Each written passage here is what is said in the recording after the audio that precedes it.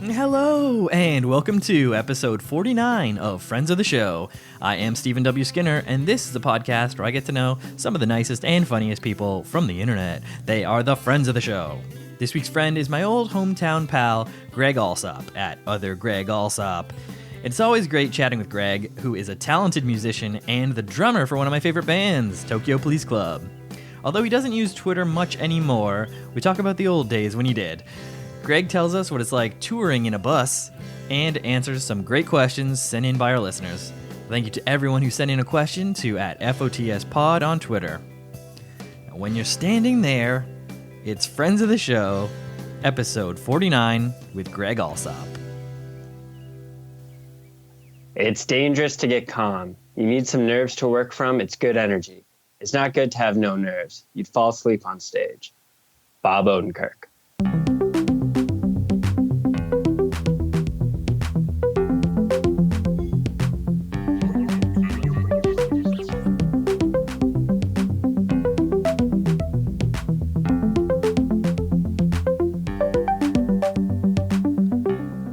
Odenkirk, old Saul Goodman himself, old Mr. Show.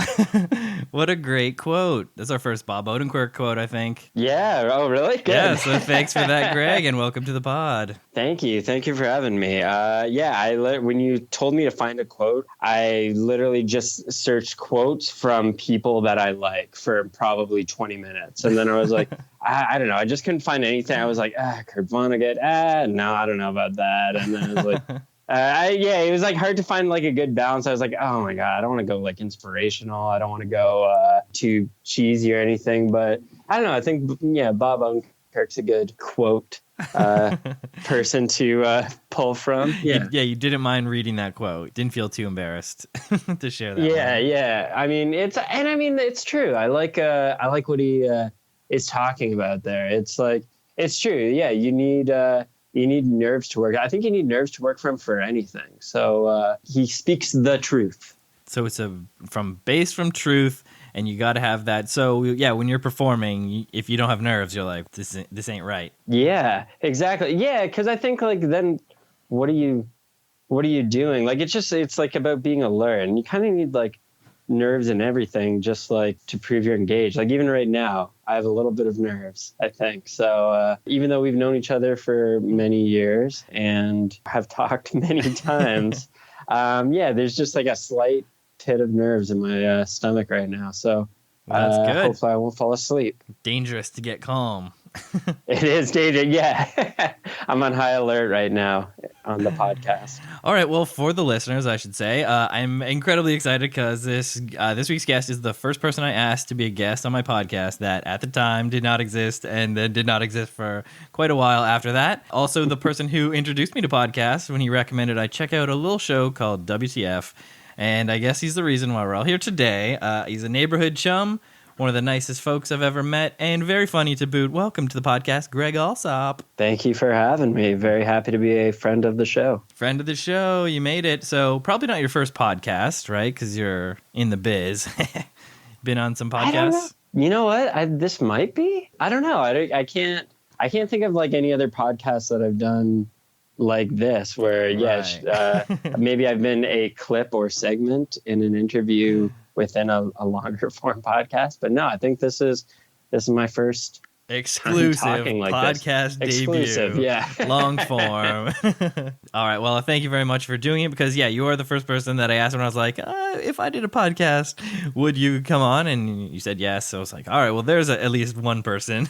So there's a reason to do it. So that sort of started it all. And you were the one who told me to check out WTF, and that was like the first podcast I downloaded, and I started to listen to it, and I still listen to it. You planted the seeds.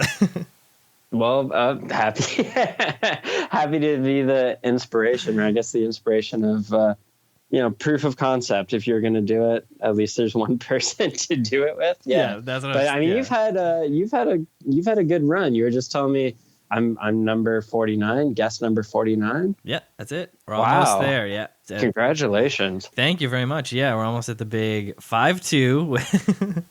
That's the 52, like 52 weeks in the year. Yeah, 1 year. I mean, 1 year of doing it. I mean, you've come a long way. for sure. Yeah, if anyone has listened to the earlier episodes and then listened to later episodes, hopefully it's better.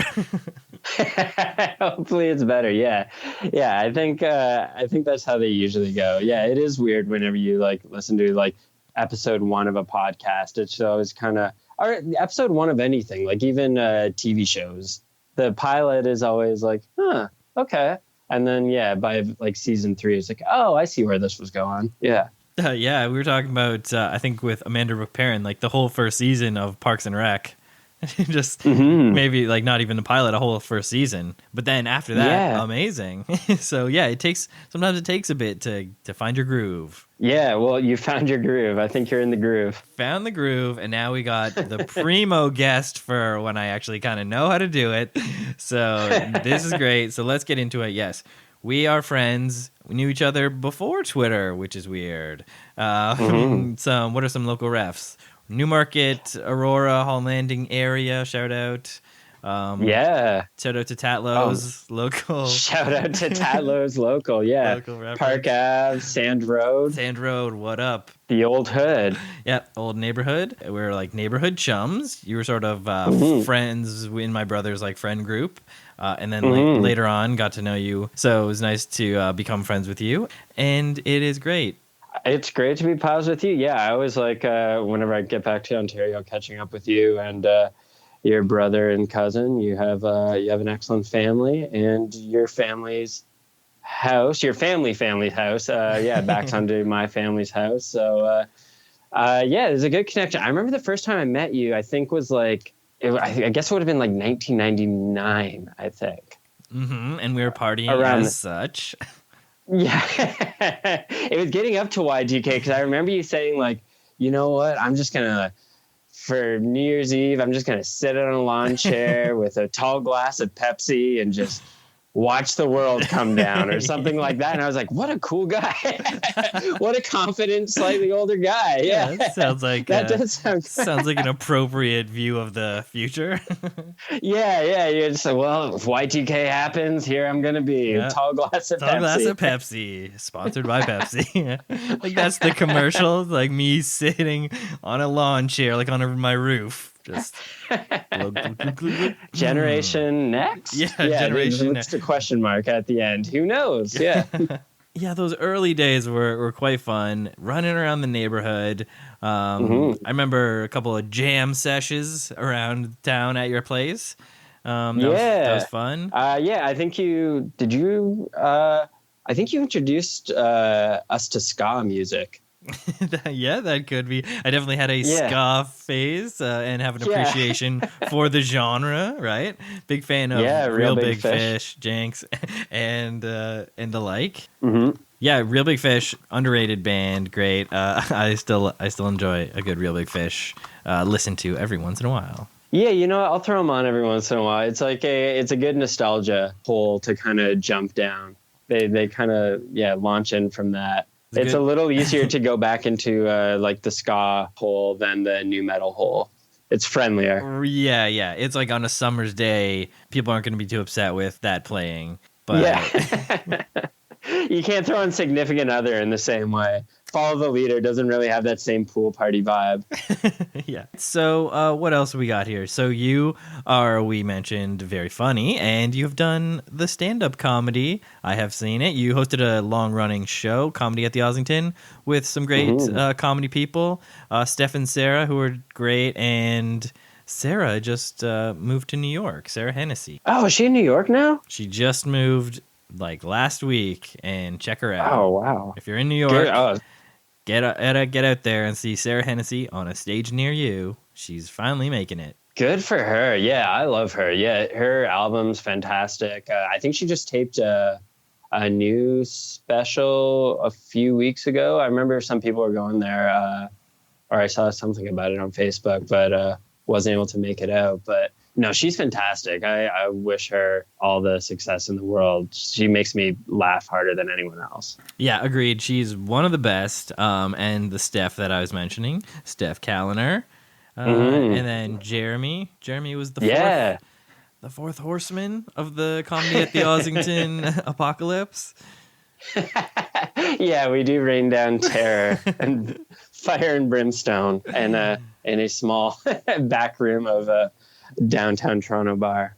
So yeah, that show, legendary show. It was like in its prime. It was like the hot. It was always like the hottest lineup, just like the best lineups of all the best got people who are in the city. And the venue, the Ossington, is the like one of the best comedy spots to check out shows. So that it was just the best. It was like the best show. It was great. I was so happy to do it for as long as we were able to do it. Yeah, I think we ran it for about 4 years, and I don't know. What I liked about it was that it was half booked and then half open mic, where, yeah, there's that great energy around like an open mic where anything can happen. Yeah. But an entire show of open mic, it's like it's a little too much chaos in there. So to kind of like to have that controlled chaos is great, where it's just like, okay, you know what? We're going to have 5 people who we know we love, are solid, crowd love, and then 5 people who could like amazingly surprise you or really shock you and say something terrible, but who knows? Yeah, they can shock you in different ways. I saw some very interesting acts at that show, but it was it was always a great show no matter what. It's a cool room too, because you're right there at the audience. Like, I mean, if you have like 20-25 people, like it's packed. Like you can't fit that many people in there. So it's just like when it was like really packed, like if someone like, I don't know, Chris Locke was there, or Mark Little or something, like someone who, you really love, like, and everyone shows up, like the mood in that place, like it's brick, it's sweaty. Everyone's kind of hot and stuffy, but I don't know. Yeah, I miss it. I love that show. Yeah, it's a great show, great room. So everyone go check out Comedy at the Ossington when you can. And you've done your share of stand-up. Like you did it for a while, and I remember one time when we went to see you at a little show, and we were the only people at the show. Yeah, I think I did a lot of shows where there is very few people. That's kind of part of it, I think, is learning how to try to make a very small amount of people laugh in kind of an unnatural way. It was interesting, and that's the first time when I was just like, oh yeah, there are shows like this where it's like there's nobody here. It was like it's just us, literally. It was just us. Yeah, most of them are shows like that, like, and especially like early on when you're when you're inviting friends down, or when you invite like family down. Like it's really bad when you invite like your parents down to a show, like, oh, I've got this cool show, like I'll come down and there's like people I'm excited to have on, and then it's like just your parents. It's just your parents hanging out while there's 7 comics all saying things that you wouldn't want your parents to hear, and then you also saying things that you wouldn't really want your parents to hear. Whenever you have like it's a weird moment the first time your mom hears you say a dick joke. It's not not pleasant, but it's a good it's like a comic rite of passage bonding moment. Yeah. All right. And you also had an affiliation with the Funtime Internet gang, who do fun internet videos. So tell us about that. Though I watched one today, the 6 Dads one. Oh God. I love that video. It's very that's funny. One of my favorites. There's a link in the show notes for everyone to watch that video. You can click on it right now. It's great. Yeah, Funtime. I mean, those are. All the people that I ever really did comedy with were, friends from high school, friends from university. That's how I made friends. It was like either through doing music or doing comedy. Like the best friends that I have are people that I try and create something with. It's the best way to kind of bond with someone. You just you start having that really like creatively fueled, like unhinged conversation about something, like talking about music that you love or comedy that you love. And I don't know, it's just such a great way to bond with people. So Funtime Internet was Dave Hodgson's started that. I guess, they were still in university. I had left by that point and just started doing videos. We had some ideas. I bought a camera with him after that because we had a couple ideas, and I don't think they had access to Ryerson's equipment locker at that point anymore. So yeah, we spent, I think, $900 on like a 3-chip camera, and then just started going for it. And it was cool. It was like it's a great way to, I don't know, keep up with friends. It was a cool way to be creative. Video takes forever. That's the only downside of it. It's video. Like, there's so much like lighting, editing, acting, trying to write a script or find a script, get takes. You gotta do it all. That's the only thing that's a real bummer. Sorry. Yeah, you gotta do it all. But when you do, when it works, it works. And so everyone go check out FuntimeInternet.com, and all the videos are out there. So you also created a character, Babe Sheckler. No, that's Dave. It is Dave. Oh, because I was looking at the Babe Sheckler tweets, and I was like, this doesn't sound at all like Greg's voice.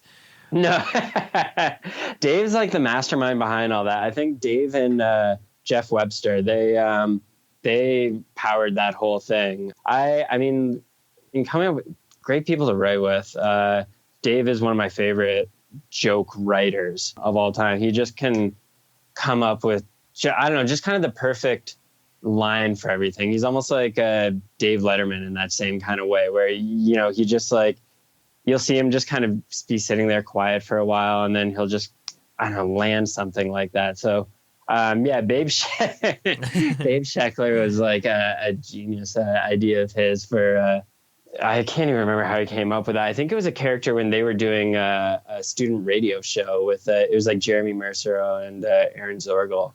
They had a show called like Shut Up and Listens, and he was maybe the show's producer or manager or something like that. But right. Yeah, really just gruff, like almost like used car salesman type. Yeah, just no like nonsense businessman.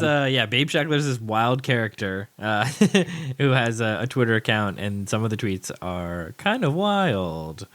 Here's a Babe Sheckler tweet. Got tossed from the brick for excessively testing the lazy boys. If they can't hold up to a buck knife, shouldn't be on the floor, my 2 cents. Yeah, he's just everybody's like loud, maybe drunk uncle. Yeah, super annoying. Apparently, it's a social no-no to wear a Detroit Red Wings jersey to a wedding. Sorry, but it don't get any classier than Stevie Y. Yeah, he's kind of the Don Cherry of Twitter, I would say. It was very funny. That's, at Babe Sheckler, everyone. Mm-hmm. Check it out. Dave Hodgson. And I guess you're also in a band, Tokyo Police Club. Got a new song, New Blues. Mm-hmm. Just got back from a little jaunt with Matt and Kim. Yeah. We were out with them for a little over 3 weeks, from Minneapolis all the way down to Charlotte, North Carolina. And just got back from that yesterday. Nice.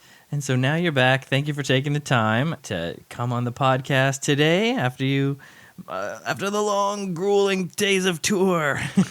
They are long. Yeah, it's I don't know. It's like tours, like it's grueling to there's like it's fun. You know, it's all about the show. That's like the weird thing about going on tour and getting off tour is that when you're going on tour, you the rest of your life just pauses, and it's all about just every day. Just like all we have to do is do the show, and then you're good. As long as the show happens, you're fine. Everything else is just kind of I don't know, gravy if you can get it done, or not worth worrying about. And then as soon as you get home, like I was going through this today, it's like, I don't know, I guess this is my show. I guess this is the one thing that I have to do today.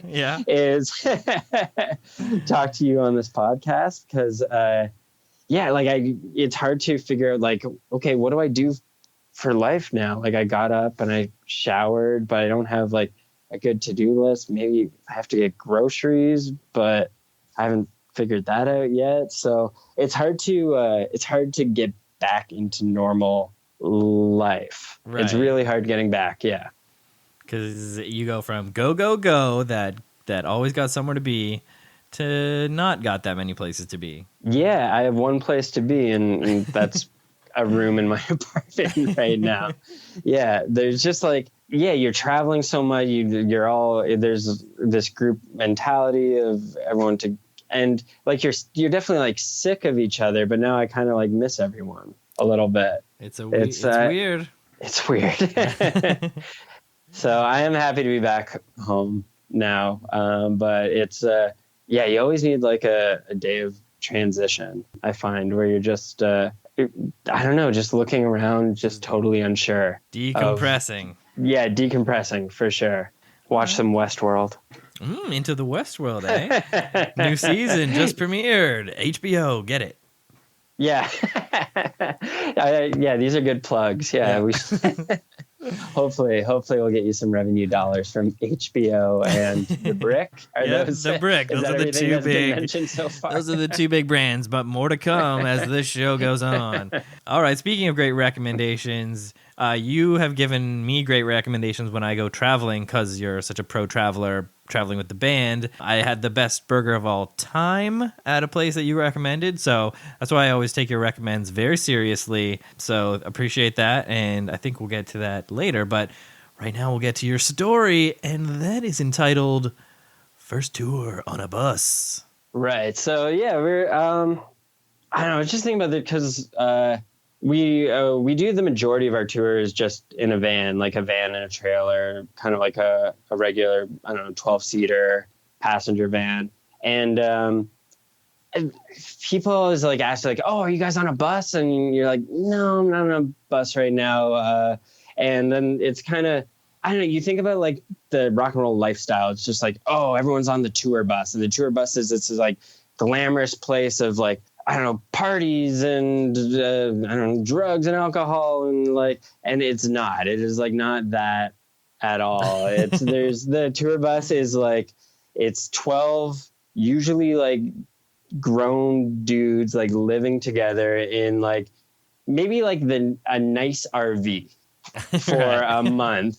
And the first time that we were on a bus, we were touring in Europe and the UK, and the bus company was called Why Not? It was like why-not. So it was like, why not? Why not get a bus? Right. Yeah, it's like that kind of budget. Like, yeah.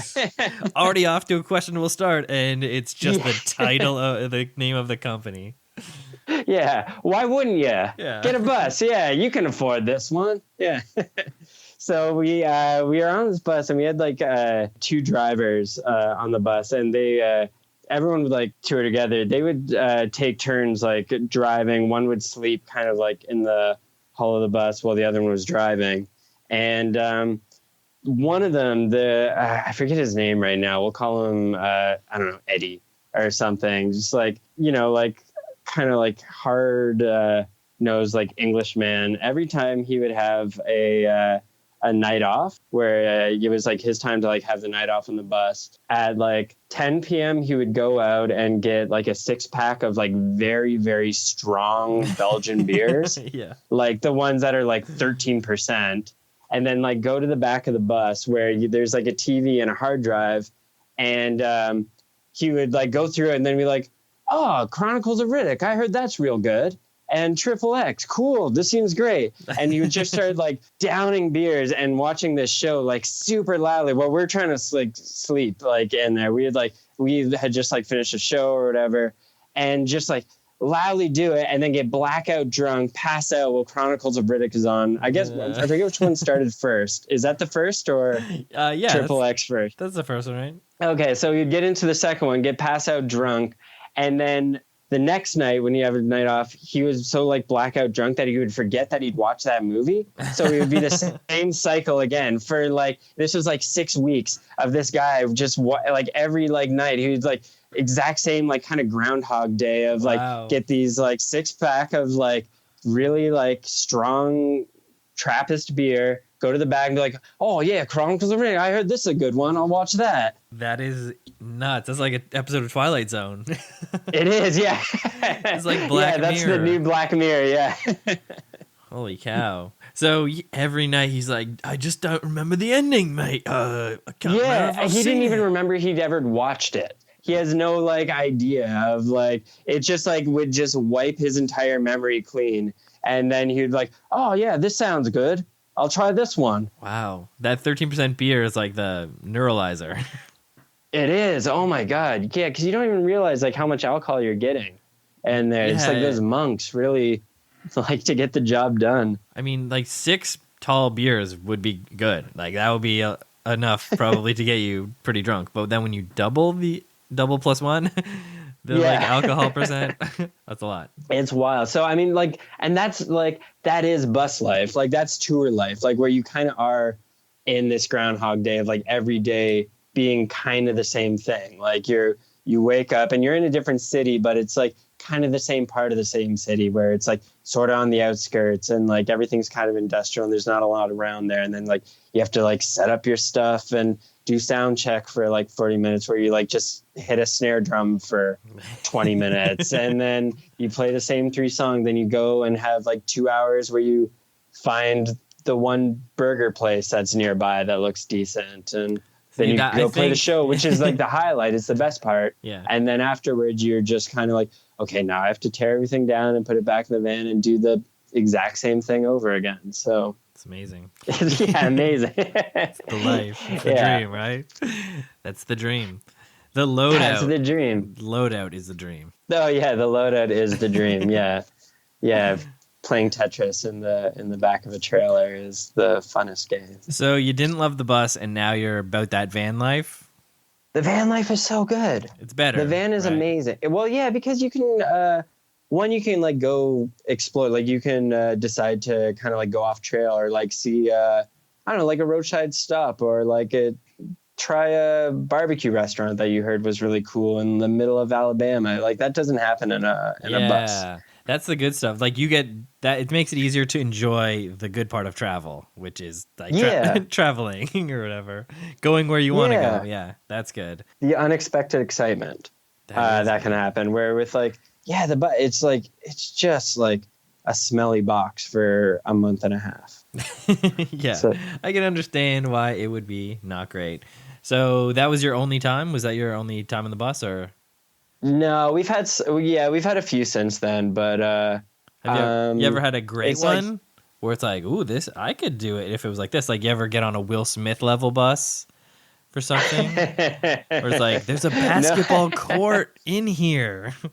I like the idea of a Will Smith level bus. I like the idea of Will Smith's bus. You don't know about Will Smith's bus? It's insane. It's like it has its own like ecosystem. It's like multiple buses, and it does have a basketball court. This is a real thing? Yeah, it's his trailer when he like shoots on movie sets. It's like, oh my God, millions of dollars. Yeah, you can probably Google it, like Will Smith trailer. If you've seen pictures of it, it's very impressive. So if you were traveling like that, I'm sure it would be, Shania Twain might have a nicer bus, maybe. And she probably it's Smith just did her. Not get the Why Not bus from. Oh yeah. Shout out to Why Not in the UK. If you need. Well, that's exciting. I'm glad Will Smith has figured it out. I'm glad I was breaking that news to you about Will Smith's bus. It's a cool bus. Yeah, I mean they've all been even in like seeing other people's buses. Like I remember like in my level of world, like I remember peeking in like Angels and Airwaves bus. Like when we were with them, I was like, oh, this is about the same. Yeah, this is like, there's no real difference here. And then like Weezer had a bus, but they flew everywhere. So I don't even know what was on the bus. It was just like an empty. Just in case you need to go somewhere. Yeah, just in case you need to take a gigantic bus somewhere once you're in the city. Wow. To do a Target run. Yeah, we need to run out. Wow, that's cool. Angels and Airwaves riding that bus life. Everyone's got that same bus except Will Smith. He figured it out. Will Smith figured out how to be super multimillionaire. Yeah, I think is he still a Scientologist? Oh, I don't know. We should check him out. I should check it out. Do they? I'm curious. Yeah, I don't know. It's hard to get out, right? I think it is. Yeah, it's true. It's like kind of like, are you ever not really a Scientologist? Like, yeah, Leah Remini. Leah Remini is not a Scientologist. She made it out. She did make it out. And she lived to tell all. Yeah. Yeah. Will Smith, not so sure. Not as much. All right. So let's get into talking Twitter. Bam, bam, bam. Sure. You've been on Twitter since February 2011. Oh, okay. So Mm-hmm. what have you been doing what were you doing on Twitter in the early days? Were you using hashtags? Were you tweeting like status updates? I don't know. What was my first tweet? Let me figure this out. Is there a way to go back that far? I think there is like a site that's like my first tweet, My first tweet? and it'll tell you. I'm trying to go all the way back right now. Okay, I'm in 2015. I'm still in 2015. Still in 2015. Yeah, I think it's gonna be a while to get to 2012. But do you try to remember your state of mind back when you joined? Like, what caused you to join? Was it just like, oh, I gotta lock down my handles on all the social medias? I think I remember the band had one. We all kind of had one together, and then I think Graham had a separate account, and so it was kind of I guess like watching Graham do it. I was like, oh, this is interesting. Like you can make you can use this for like jokes, or you can do something more than just say like, hey, we're gonna be in this town tomorrow, come check us out, like whatever you would do for like the band Twitter. So yeah, I liked the idea. I liked the I don't know, the brevity of it, like the idea of doing just like quick little like one liner, like 2-3 sentence jokes sounded really fun. It was a cool way to just try and challenge that. Yeah, that is good. The self-editing, you got to edit it down. You really got to get it down. The economy of words is important, or it was. Yeah, now I think now people do those extended tweets where you can go on a rant for, I don't know, like 17 tweets in a row. Yeah, we're living in that 280 world plus threads. Wait, is it more than 140 now? Yeah. Oh, yeah. Yeah, it's two. They doubled it? They doubled it, Greg. I'm sorry, I haven't tweeted anything it may have been a year. I think it's been a very long time since you've stepped away from the platform. I kind of stepped away from everything. It's understandable, when you're in the biz, you got to maintain some privacy, some of your own time. It might have been that. Yeah, I think it was just it started changing so rapidly that I didn't know what to do with it anymore. Like with Twitter, I was like, well, I stepped away from comedy for a long time. And so it just kind of didn't feel necessary anymore. And then there wasn't, they were I didn't intertwined. know what to like promote. Yeah. Your comedy and your Twitter were linked. Yeah, exactly. Like that was the whole reason for it. And then kind of when I stopped trying to do that, it didn't seem to make sense anymore. And then there was like one point when I followed a bunch of people, and now there's I don't know, it just seems like chaos every time I open it up. So I never know what to, like when you asked me to find tweets, I really had to like go back and think like, oh yeah, what was who do I like that's on this again? Who did I used to follow? Right. Yes, it was a difficult ask, especially if you don't use the thing at all. So I thank you for scrolling as far back as you did to select the tweets. And I'm sorry, I know you asked for because I chose one of yours. And I guess in an act of humbleness. Against the rules of the podcast, the unspoken rules. I think only a couple other people have done that, and I just asked them to send a different one, just so that we get a more diverse... yeah, you didn't. So luckily, I knew that you wouldn't, so I picked a second one from someone you like for you. So... I got you covered, pal. Thanks for doing that. No problem. But I do really like your tweets. Like anytime I do open it, I see one of yours. I don't know. The way you use it is great. You're fantastic on it. I appreciate that. Thank you. And having the other Greg Allsop follow is one of the premium follows. So just keep it, even if you don't use it. Maybe I'll get back on and keep it active. Really call out all the others, but I think you'll make the cut. Okay, great. Yeah, just keep it active. Okay, so how did you choose your handle when you came on? Was I guess Greg Allsop was taken? Do you have the Trouble locking it down with so many doppelgangers? Yeah, there was another Greg Allsop. I don't know if there still is another at Greg Allsop. I could check that out right now. But do you often have that in have you ever encountered another Greg Allsop? No, never. Yeah, not not in real life. Right. Yeah, because I know Graham from our band has multiple Graham rights. He spent a day once, I think, following all the different Graham rights. Oh wow, yeah, that are out there. That's got to be a very popular one. A lot of British guys probably. Yes. Oh my God, so many like middle-aged British dudes. There's like a football player. I think one of them was like a scientist. Some pretty notable Graham rights. That's a good one. Yeah, when you have sort of a kind of a generic one. Yeah, I checked up on my namesakes like on Twitter a while ago, and it was very disappointing. Nothing much to speak of. And then the one namesake that is in the news, so when you Google Stephen Skinner, it's the accused murderer from Halifax who's about to stand trial for murder. Who was recently extradited from Brazil after like being wanted by Interpol for 5 years. So wow, Stephen Skinner, you're bad. That's the bad one. It's the bad. It's a good thing you have that W. Yeah, that's why I have the W. Once I found out about this guy, how many years ago when he went on the Lamb, I'm like, all right, I'm W now. I guess I'm Stephen W. Skinner. So that's why. Well, that's dark. That's really, dark namesake doppelganger to have. What was his crime? Was he like a serial killer or? No, it was just he murdered. He's wanted for the murder, or he was charged with the murder of Stacey Adams from Halifax. Oh, God. And he's like a former MMA guy, like a big fighter. He's like a big, huge, bald guy.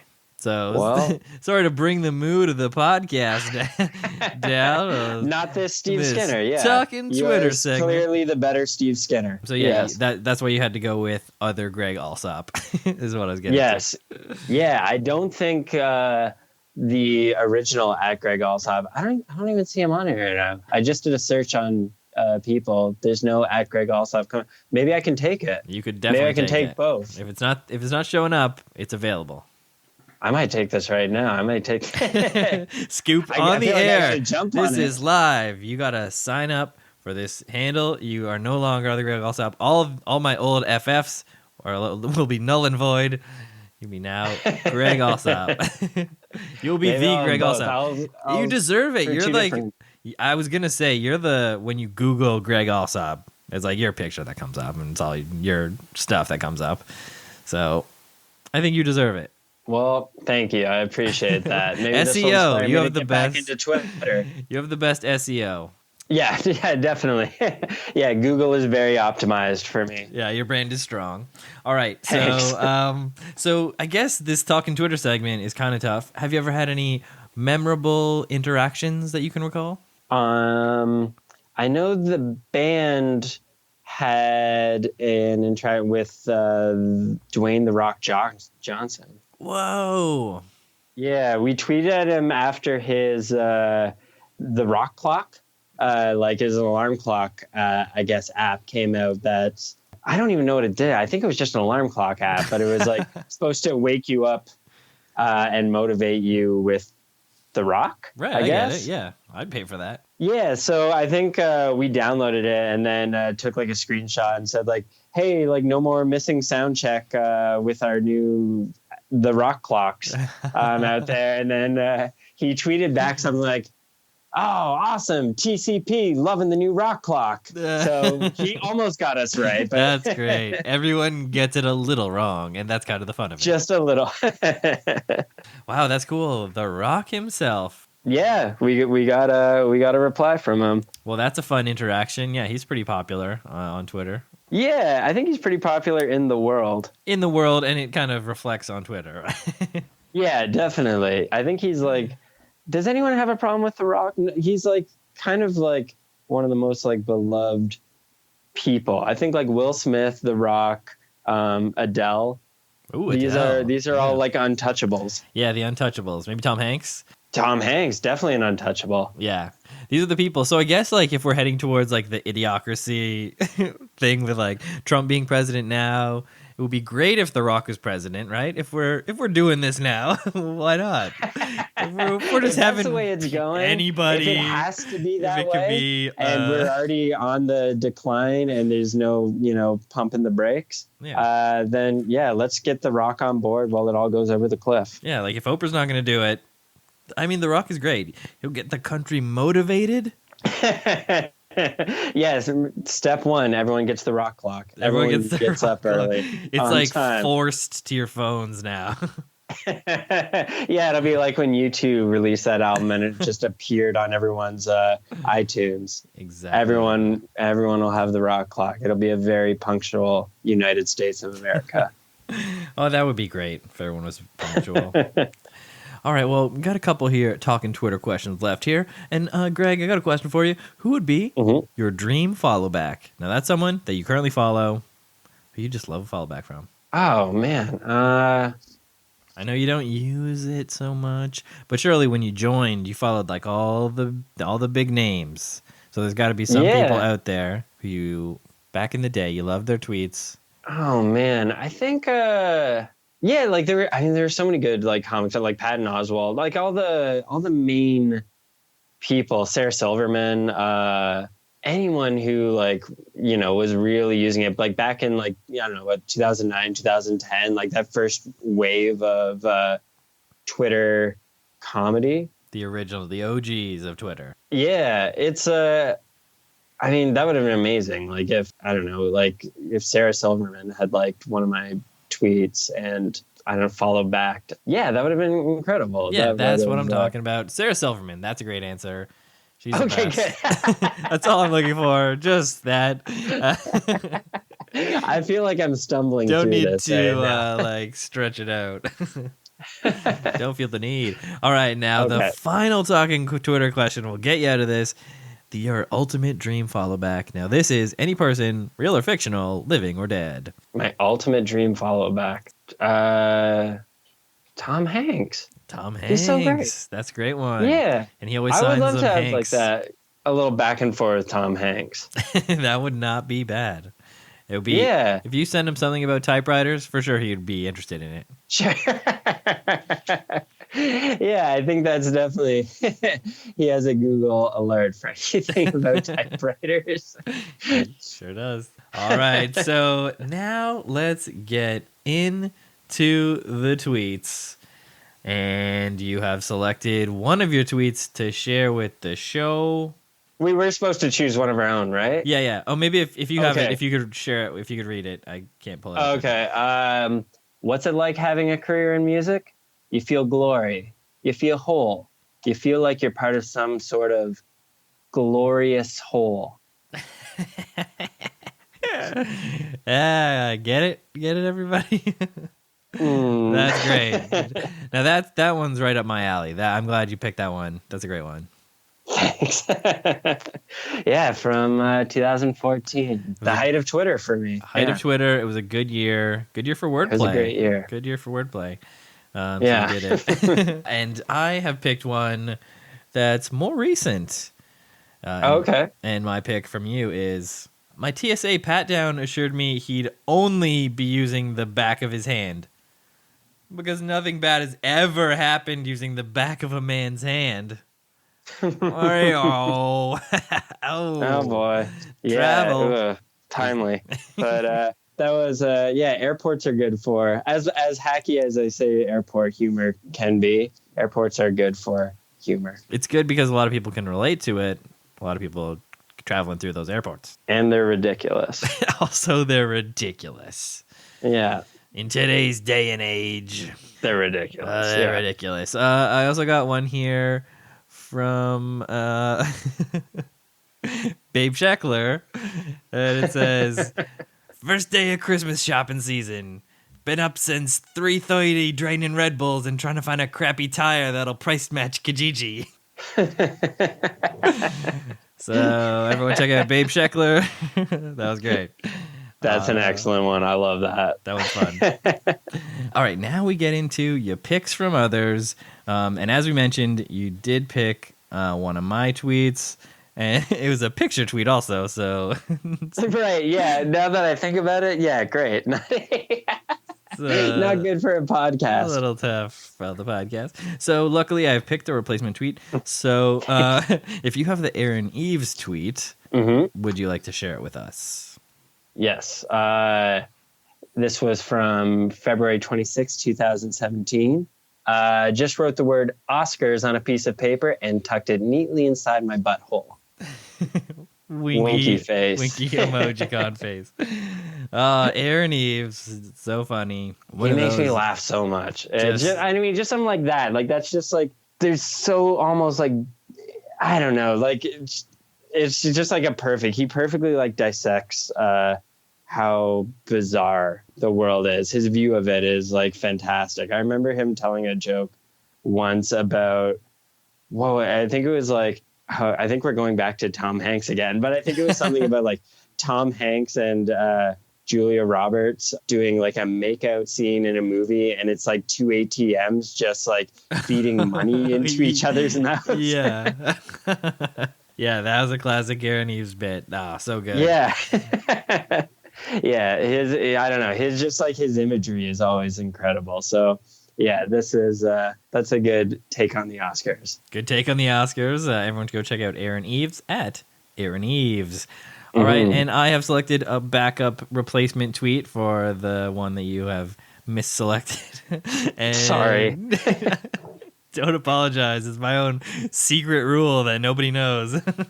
I can't enforce it till after the fact. So this tweet comes to us from the aforementioned Steph Callender at Steph Callender on Twitter. And the tweet is, when it's my time, I hope to go peacefully in my sleep and then become Slimer. Become Slimer. Steph, what? Steph is great. She's also a person who's made me laugh numerous times and incredibly hard. And everyone should go check her out on Twitter. And she pairs great with Aaron Eves. Yeah, great pairing. They a power couple. Two great tastes. Taste great together. Good choice. Okay, glad. I'm glad that you agree with my choice. Couldn't read my own tweet on here, so let's keep it rolling. All right, now we get in to the questions from Twitter. All right, here we go. Let's open up the question bag. All right, now the first question comes to us from my favorite question asker. I'm talking about Timmy at the Timmy Toes, and he's got a great question for you, and it is, how many fingers do you put through the handle of a typical coffee mug when you pick it up? 4? 3. I think it depends. Actually, you know what? I don't use the handle that often. Whoa! I aim the handle, like if I'm thinking about it honestly, I aim the handle kind of away from me and then like wrap my arm around it or like fingers around it and pick up the whole thing. But yeah, I rarely drink from the hand or like hold the handle when drinking. Wow, you're fully palming the mug. Yeah. Doesn't that get hot on your hands? I try and find a place to put the mug down. Got it. Yeah, because I also don't like really hot coffee. Perfect. If it feels too hot, then I'll just like leave it somewhere for 10 to 15 minutes until I can drink all of it in like 3 gulps. You just slam it down? Yeah. And how are you taking your coffee? Milk. Whole milk. Ooh, whole milk. Very good. Yeah. One, like maybe I would say like 1 centimeter of whole milk in the bottom of the mug, and then I fill the rest with coffee. No, good to know for the listeners out there. Great way to take it. Yeah, that's how I like my coffee. If anyone ever brings me a coffee, like to know. That's the way. All right. The next question comes to us from Tom at Trojan Sauce. His question is, hi, Greg. Long time reader, first time commenter. 1. How did TPC choose the tracks for the 10 Days, 10 Songs album? Were they personal favorites or just random selections? That was a really good impression. I'm working on it. That one I felt was maybe not 100%, but he's got another question, so I'll try to do better on the next one. All right. Well, I'll let you prep your throat while I answer this. They were all personal favorites. just songs that we thought would be exciting to play, to learn to play. It was a cool exercise of, we never really played covers before. It was, maybe once in a while, but to have to do 10 of them and 10 that were all kind of completely different was, it was a fun challenge. It was a fun challenge as a band. And I think it kind of taught us that we could take a song that didn't sound like a Tokyo Police Club song and try and turn it into a Tokyo Police Club song. So yeah, we love all those songs. Little Sister's one of my favorite songs. The Harlem Shake song, that's an all-time favorite. Jimmy Eat World. Yeah, I was really a lot of happy with great that songs, project. and a lot of people love the Kelly Clarkson one too. That's an amazing song. That's an undeniable one. Yeah, undeniable. People love it. Yes. Yeah, it's the Tom Hanks of songs. It is definitely the Tom Hanks of songs. Just America's sweetheart of songs. So that we should talk about that. You did 10 covers in 10 days. What a grueling jaunt in the studio, but pretty cool. It was, okay. It was exhausting. Yeah, we get into the studio every day at like 10 a.m. And then by, I think, midnight, we had to have the entire song like recorded, mixed, mastered, and like ready to put out the next day. Wow. That was wild. It was. And it was right after that recording session that I stopped doing stand-up. You did? Oh, yeah. That just took it out of you. It was like... No, it wasn't that. It drained your soul. I did mushrooms. On the last day that we were there. We were recording at the Red Bull Studios, and somebody had brought in like chocolate mushrooms because it was down in Venice Beach. So I guess I don't know, we're in California. And I remember we were in like the Red Bull Studios and the Red Bull offices. And the first like hour of mushrooms was amazing. We were like sliding down this half pipe that they had in there, and it kind of looked like a rainbow, and like running around drinking Red Bull and that. And then for like the last like 4 hours, I laid down on a couch and then like went through my life. And then somewhere within there, I was like, oh, you should stop doing comedy. Oh, you had like a life-changing revelation. It was a life-changing trip. Yeah. Wow. At the end of that 10-day, 10 cover thing. That was, the last time I did comedy was like right before that. And then I never did stand-up again. Whoa. Wow. I never knew. You had an epiphany. I had an epiphany on mushrooms, yeah. You had a spirit Which quest. I think is what should happen. Yeah, that's what's supposed to happen, yeah. So I'm glad that they worked. They worked for you. It worked, yeah. And they were chocolate? That's even better. Yeah, it was delicious. It wasn't terrible. Well, thank you for that answer. And the second question by Tom is, would you rather accidentally post a tasteful nude to your Facebook story and have your aunt message you saying something like, oh my, someone's all grown up, or legally change your name to Gleg and you can't change it back? Gleg? Maybe I'd go with Gleg. You're gonna go with Gleg? I thought you'd go with tasteful nude for sure. Wait, how tasteful? Incredible. It's in brackets. It says tasteful. Oh, okay. But is it fully like, are you seeing everything? Yeah, I think so. I think that's the point of the nude. Is it tasteful enough that my knee is covering up? No, I think it's tasteful, like it's soft focus, and maybe you're on like a velvet cushion. Yeah, paint this nude for me. I think I need more. Clarification. Yeah, I'm just trying to imagine this nude. It's fine. Oh, so you're gonna go with Gleg? Well, wait, and then Gleg, is that short for Gregory? Yeah, I guess so. I guess it would be. Okay. So I guess you could go by either. You could go, okay. Go by Gregory or Gregory in more formal situations. Yeah. Yeah. I don't know. Maybe I would go with Gleg. Maybe I'm more shy about my body now. Okay, great. So there's your answer. You're gonna go with Gleg. I think I'll guess I'll go with privates private, and it's fine. Make sure to never post nudes to Facebook.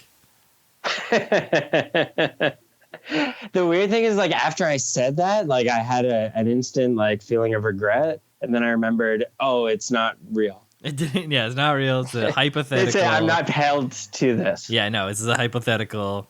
Okay. Yeah, you could even change your mind. Right. Yeah. Okay. Yeah, it's like, okay, like when do I really have to submit my answer? No, When if it actually happens, yeah, you got to let us know. All right, so thank you very much, Tom. And the next question comes to us from anagram champion Thomas Brendel, who has anagrammed your name into polar eggs. And and he asks, what would you name your pet penguin? Tux. Oh, nice. I like it. Yeah, that sounds cute. It's cute. It's perfect. Yeah. Ducks, get over here. Yeah, you can really shout that and not feel ashamed about it. Tux, be careful over there. Yeah, anyone can say it. It's cute. It is fun. Okay, and he has anagrammed Tokyo Police Club into Bulky Toe Piccolo. And the question is, what is the most unusual instrument you've seen a band use? Once we played with this band in Columbus, Ohio, who had a vinyl record player on stage, and they were playing, they would play it in between songs, which was cool. And then we realized they were playing our songs in between their songs. So they had a vinyl of our first 2 records, and then would play sped up or slowed down versions of our songs in between their songs when they were opening for us. It was weird. What? Oh, that is... Yeah. That's weird. It was bizarre. We didn't quite understand why. It was are they making fun of us? Is this homage? Is this just something they do? Or some sort of statement?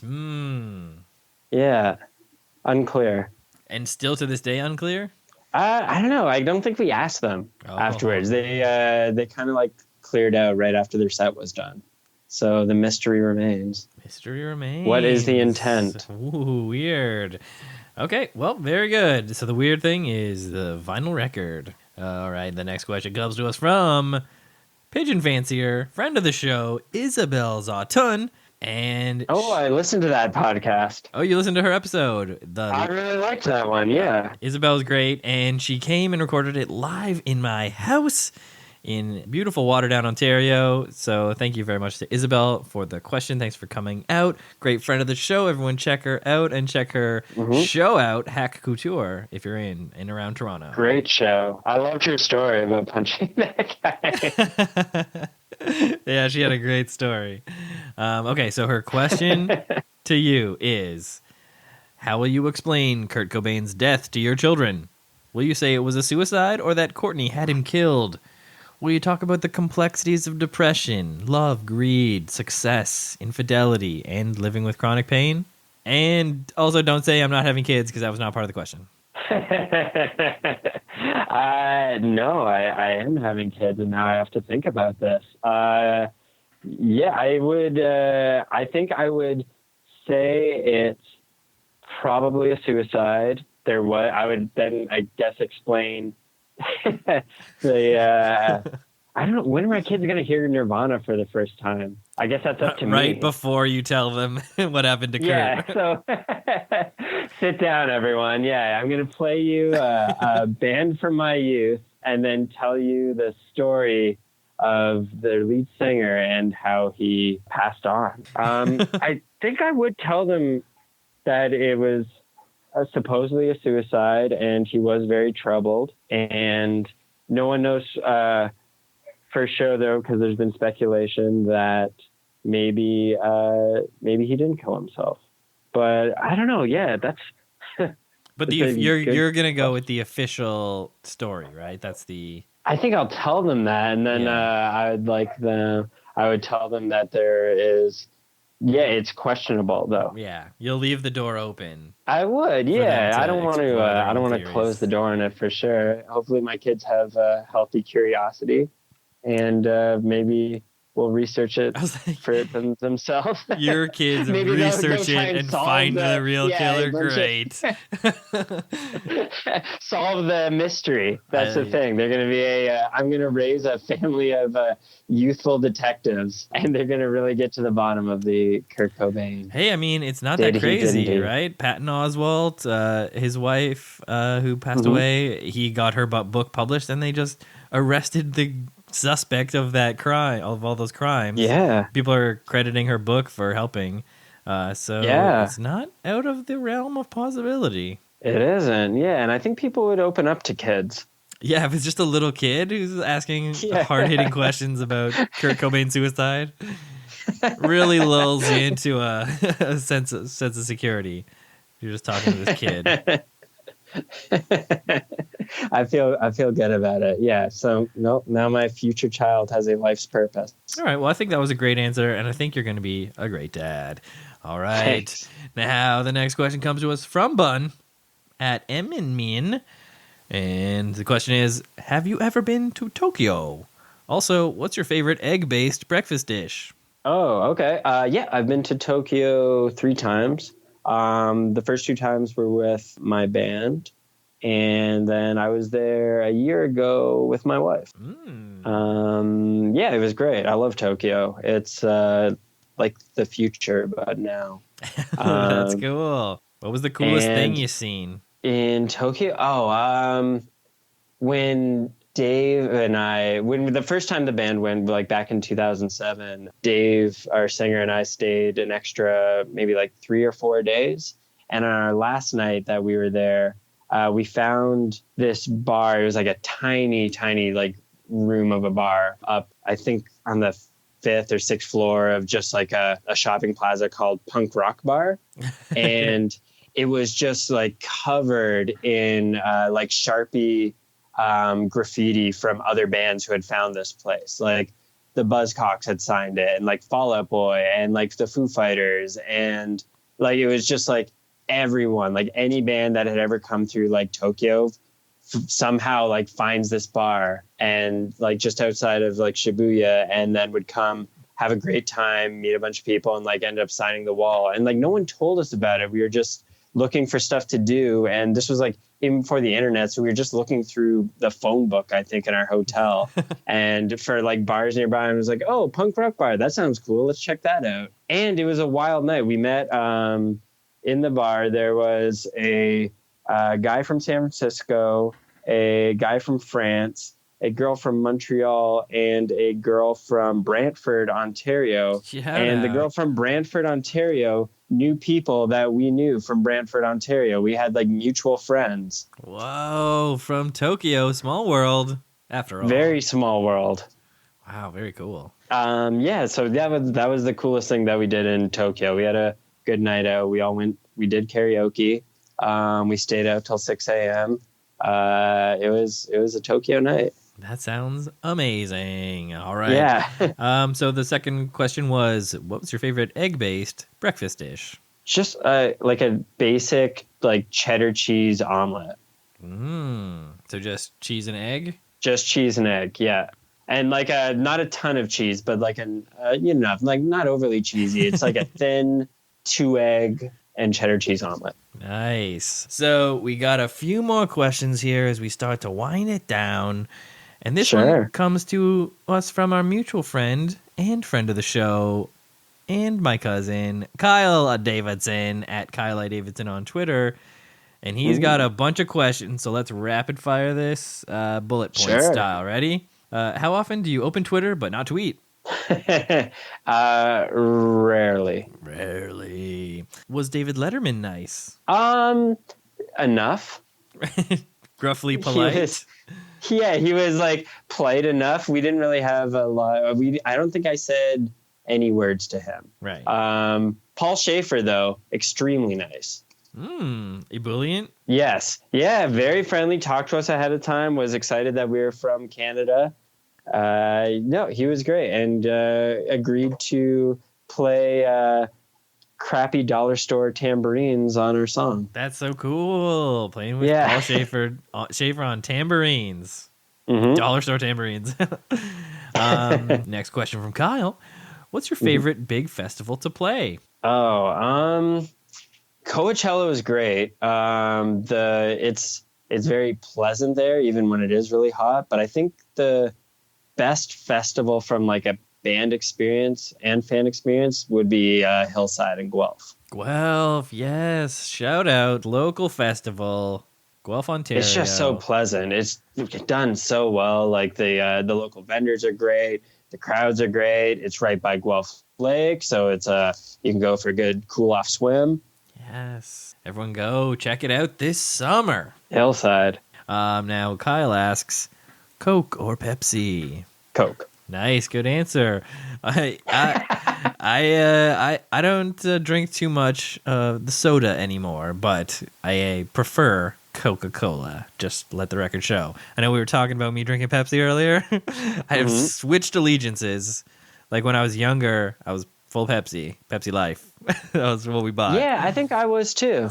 I was full on Pepsi until my 20s, and then I kind of stopped drinking.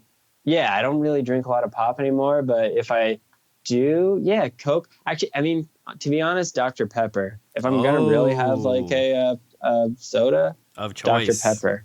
Soda of choice, Dr. P. Good one. All right, and his next question is, what's the last movie you saw? The last movie I saw was half of the Avengers Infinity War. You only seen half? Yeah, I went to see, it was, we had a day off in New York, and I had like a meeting in Manhattan in the afternoon, and then a dinner plan with friends at like 9 p.m. And so it was a long time to just be in the middle of Manhattan, and it was like a very cold, rainy day. So I went to go see A Quiet Place, and it was great. And I came out, and our guitar tech, Kenny, just happened to be in the same theater and was going to see Avengers Infinity War. And I still had hours to kill, so I just snuck into the theater with them. The classic sneak 'em in. I'd never done it before. It was so thrilling. I felt like the entire time I didn't feel settled. I was nervous the entire half of the movie that I saw. And then I had to leave as well to go meet my friend. As well. Yeah, so both times, very, very conspicuously. Nice. And his final question is 280 characters too many to allow people to use to ask questions? Because it's 280 now. Yeah. I didn't know. When did this happen? Okay, when did they change from 140 to 280? When did they? It's been a while. Oh, God. Yeah, maybe like a year or less. Yeah, so... in the last year or so. Yeah, it's a bit... People were outraged. Yeah. So wait, how do you feel about it? Do you feel like 280 is too much? Yeah, and most of my tweets are still well under 140 on the scale. I still keep it pretty succinct.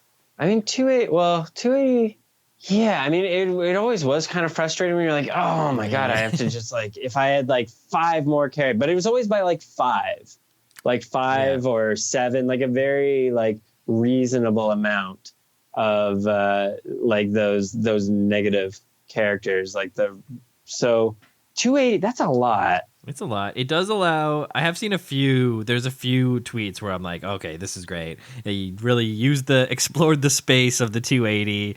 Like, they used great language, and it couldn't have been told with less than 280. So I guess I see the potential. But it's like, sometimes you don't like change. I guess that's what it comes down to. It comes down to crotchety old original Twitter users. Old Skinner hates it when they move the button for send a tweet. Like, every update they change like where something is located, and it's incredibly frustrating. You heard it here first, Twitter. Yeah. No one's... Greg, you wouldn't know about this. I'm talking to the Twitter folks out there who just log on to Twitter. All right. We got a final question coming from wife of the show, Kat Skinner. Mm-hmm. And it's a classic question. She asks, what is your favorite place out of everywhere you've been, and why? Oh, that's such a nice question. This is a nice, general, good question. Yeah. My favorite place that I've played or just been? Yeah, I think been, out of everywhere you've been. Oh, I mean, I think California. Great It's spot. great. The entire state is amazing, and I feel pretty lucky that I've been able to live here for, I mean, almost 4 years now. But I'm leaving soon, but we'll always be coming back. Yeah. Well, great answer. I also had the pleasure of living in California ever so briefly for 6 months or so, and it was great. I look back on it fondly, and I miss the weather all the time. It's the best state. I don't know. There's just like, you can't say anything bad about it. It's got everything here: the mountains, the ocean, Terminator's your governor. the stars, the desert. What's your favorite place, or top three if you can't decide? Oh, Malibu. I think like, like once a month we try and go out to Malibu and just walk along the beaches there and get a burrito. There's amazing burritos out there. Yeah, Malibu. Malibu. I love going out into the boo. I love going out to like Palm Springs area, Joshua Tree. Yeah, that's what I'm talking about. That's my hood. That's where I live. That's your hood. That's it's great. I mean, the town's so fun. It's like a beautiful community that they've got there. It's really fun to just walk around the downtown. And then when you step outside and get into the desert, that's mesmerizing. It's like you're on Mars. It is. It's kind It's of a whole different planet. Yeah. Sparse with little patches of shrubbery everywhere. But yeah, very deserted. But it's a dry heat, Greg. That's what makes it so good. I agree. It's a dry heat. I'm okay with the dry heat. It's dry heat. Yep. So Palm Springs, and any final spot that you'd recommend? I think people got to give the Valley another chance. I've been living in the Valley, for a few years now. And you know what? There's a lot going on here. Ventura Boulevard has some great vintage stores. There's a great record store. There's several In-N-Outs and Paquito Mas's.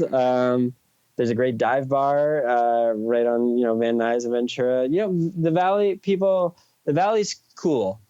Okay, you heard it here. Whenever you're visiting LA, give it a try. You heard it here. The Valley is back. So you've been living in the Valley. You hardly said like at all. Oh yeah. You haven't accumulated. I tried to accent. suppress it. Yeah. Okay. All right, Greg. Well, thank you so much for joining us this week, and thanks for coming out. Thanks for answering all the questions, and we had a great time. And now we're starting to wrap it up. So things we're promoting: Tokyo Blues Club, New Blues. Everyone, check it out. Link in the show notes. Very cool. Please do, yeah. Yeah, I'm digging. I'm digging it. It's very cool. It like just stays in that pocket, just goes. And the video is cool too with the sparkler. So everyone watch the video. Yeah, please. Yeah, it's the first song of we're releasing a few songs this summer and then a new album in the fall. And then we'll be touring everywhere from that point on. So yeah, come check us out. So come check them out when they're in your city, and check the show notes for all the links of Greg's fun videos that he used to do.